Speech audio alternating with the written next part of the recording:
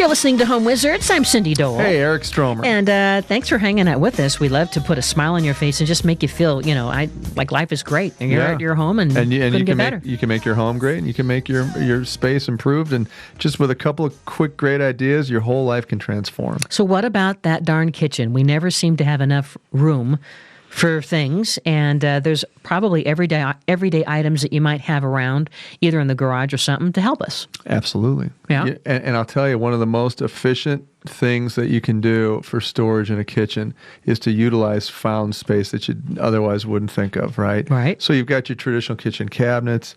They get filled with pots, pans, different glass jars and baking sheets and all that stuff.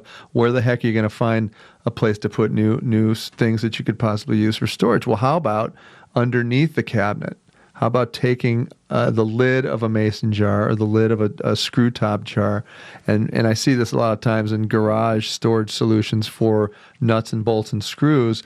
You screw with a drywall screw up into the bottom of the cabinet, the lid of the glass jar, and then you can put your spices or popcorn or any other spice or thing that you might think of for kitchen storage, and then you can just screw it up onto the lid underneath that cabinet. Very smart. And now you got yourself a second tier of storage, if you will. And it looks really neat because they're all labeled, and hopefully the jars are all the same size, so it just makes you feel like, wow, I'm a real professional chef That's here. That's exactly right. Coffee can go there too. It's great, instead of cluttering up the counter with all these different jars, have them just slightly up above and underneath the counter. Yeah, we have all of our jars. We bought a bunch of glass jars and labeled them for our spices, but then we have hidden in the pantry the jumbo spice refills because, they aren't very pretty, but it's nice to have, small jars. Like you could even use baby food jars, yeah, that's and then right. turn them into like magnetic spice jars. I've seen this where then you attach it to the side of, if you have the refrigerator that has the magnetic side. Yeah. Yeah. But that would be kind of cute. Now, it's almost worth buying baby food and eating it because baby food is actually pretty. Have you had baby food ever? It's actually lately. Pretty good. I used to eat the leftovers when the baby wouldn't eat it. Yeah. My favorite, the sweet potato. Okay, of course. It's helpful for folks with tender gums. Okay, right. Well, I guess there could be that point in time when you eat the baby food again. But how about, let's say, I just did this with our planning of the menus. I'm doing 60 days of new flavors and stuff using old magazine ideas that I had stashed in a basket. But what about getting even more organized? Using the inside of, let's say, a pantry door, and then adhering any clear folder or a plastic sleeve that you may have sitting around somewhere, Yeah. And you attach that to the inside cabinet door, and then you put it right in there, and let's say it's now some of those menus that you've been dying to try that are right there, and you can see it. Very good idea. It's clear. Maybe it's even some of the takeout menus, and you have like one is the takeout, and down below are the menus you're going to, cook yourself. Again, that's found space in the back of the cabinet doors, Yeah. right? And I think it's a great idea. I tape up sometimes, if I'm trying to do a vitamin regime or, some recipe kind of thing. Right. Conversion charts. Oh, good. I put those on the back of the cabinet doors. I think it's a great place. You never forget, you never lose it, and it's there. And a good trick too, if you just want to make it simple, is the painter's tape, the blue tape. Oh, right, which is so easy It's so easy to put stuff up, and it's reusable and take it off. It doesn't mar the cabinets, and it doesn't look half bad. What about if you're always in the dilemma of the darn pot lids that are all over the place? Now, luckily, we happen to have this one drawer in our island where I can fit some of the lids, but it still doesn't seem like it's enough. Using a metal magazine rack, and hanging that to the back of a cabinet door, and now you just kind of slide based on the size of the lid. You put them in those little nooks. That's a great idea. That's a really good idea. Inexpensive. You may already have this magazine rack free. Yeah, now because those lids really are cumbersome in the drawers. They mess everything up. They take up so much space. Yeah. That's a good idea. Now, who doesn't have maybe one of those meatloaf tins? Do you have some of those meatloaf tins sitting around? 3 of them. Okay. Yeah. I think I have one that dates back, that was probably my mom and dad's. It's an old one. It dates way back. Huh. And so you could use one of those to now be like,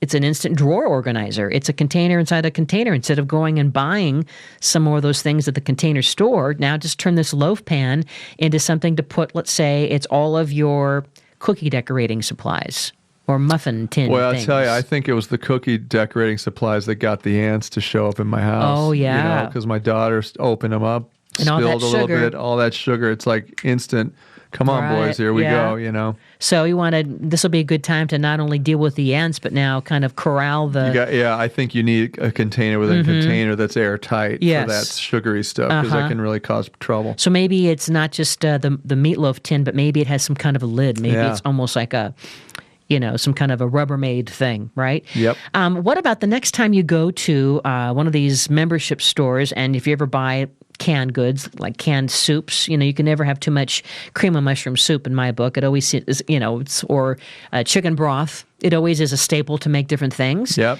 You can use those towers. You can kind of now, forget the toppling towers. You can turn those cardboard boxes, into a nice little storage bin to stock the cans, and then you can label in the front, and it works beautifully to kind of have them on their side.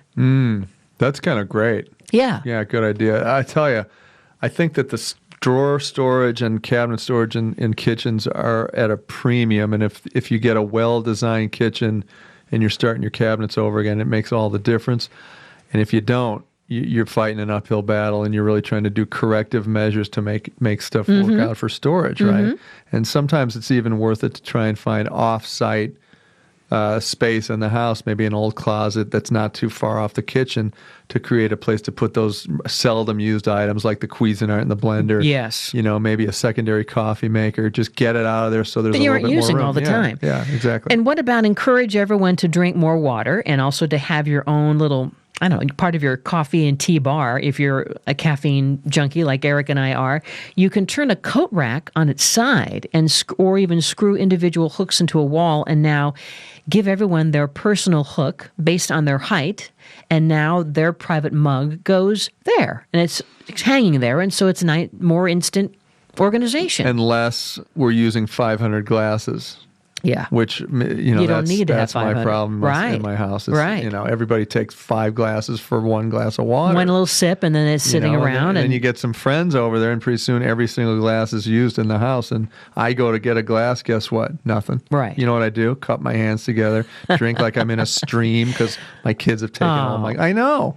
Well, here's another great idea. We're talking about things you can do really easy, everyday items you might have somewhere around the house, and now you can use it to make your kitchen more organized.